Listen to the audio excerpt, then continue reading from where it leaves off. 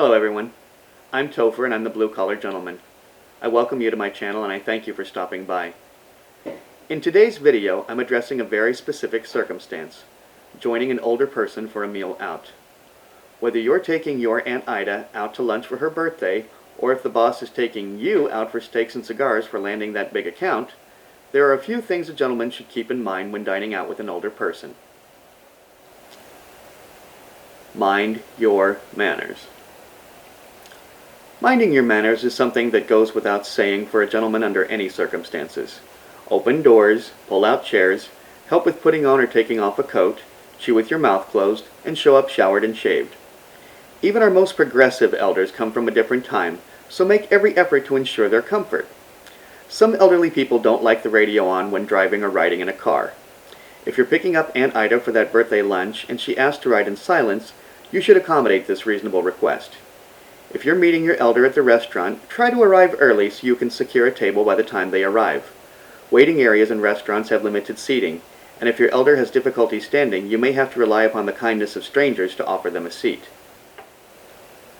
Secondly, consider your companion.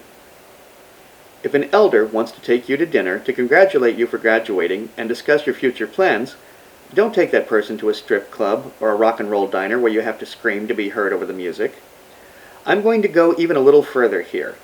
If your elder has some, shall we say, backwards views regarding minorities, for the sake of harmony, maybe don't suggest your favorite Ethiopian restaurant. Feel free to disagree with me in the comments if you think exposing your elder to situations in which you're going to end up arguing with them over their racism is always in order. I, for one, choose not to tilt at that windmill. The main point being, even if the elder did the inviting and is paying the bill, you should still pick a restaurant that's going to be enjoyable for them. Regarding ordering. When choosing an item on the menu, bear the same thing in mind that you did when picking the venue.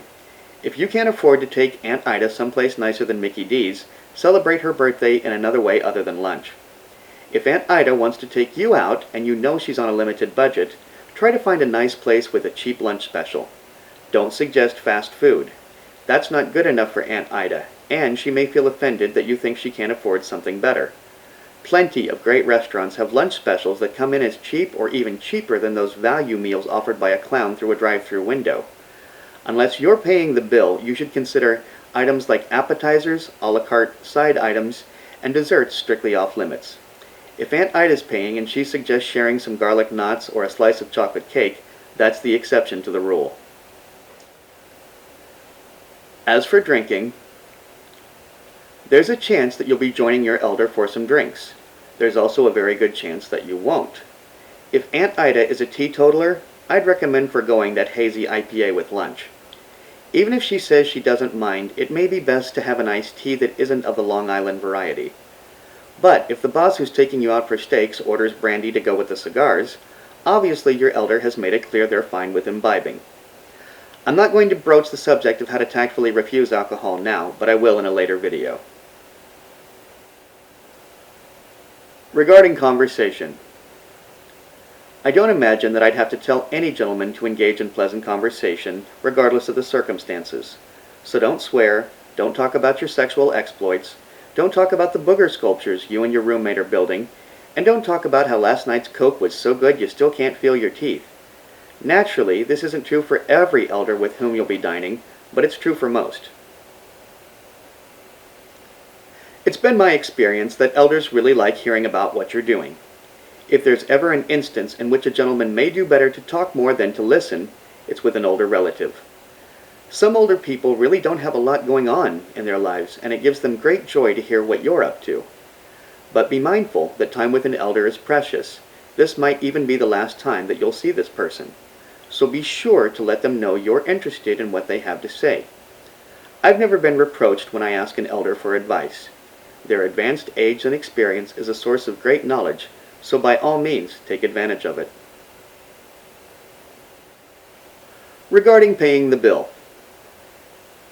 If you did the inviting, you're expected to pay the bill. If Aunt Ida did the inviting, she'll be taking care of it. On these occasions, I usually ask, Aunt Ida, thank you for such a nice lunch. Would it be alright if I took care of the servers and or the valet's tip? The elder might allow it, but if their answer is, I did the inviting, I'll take care of the tipping, a quick smile and nod is all that's necessary. If it's unclear who's paying the bill, and you're not prepared or comfortable paying the entire bill, I suggest asking, shall we split the bill? This shows that you're neither expecting the elder to cover the bill, nor are you prepared to cover their costs. If an elder with whom I'm dining insists upon paying the bill, I find it's better to just give in. This isn't the time for, but you paid for the theater tickets, or, after all you've done for me, statements. If you feel a sense of obligation to show your appreciation, you might do well to find an alternative to dining out. I've encountered some old school Asian, Jewish, and Italian elders who would never eat a meal that was paid for by someone younger than them. If you're in that situation, I refer you to my earlier suggestion of a simple smile and nod. Ending the meal. Maybe you're driving Aunt Ida home after lunch, or maybe you're waiting with her until the valet brings her car, or maybe you're walking her to her car. Maybe you're propping up the boss, who had more brandy than cigars, until the safety of his Uber arrives. In each of these circumstances, take a moment to thank the elder for either paying or joining you for the meal. Bearing in mind that time with elders can be precious, there might never be a better occasion for you to express your gratitude, love, admiration, respect, or appreciation to this person. Lastly, only suggest getting together again soon if it's something that you're actually going to do. And there you have it. 7 simple tips for ensuring that your meal out with an elder is a success. Cheers, Topher.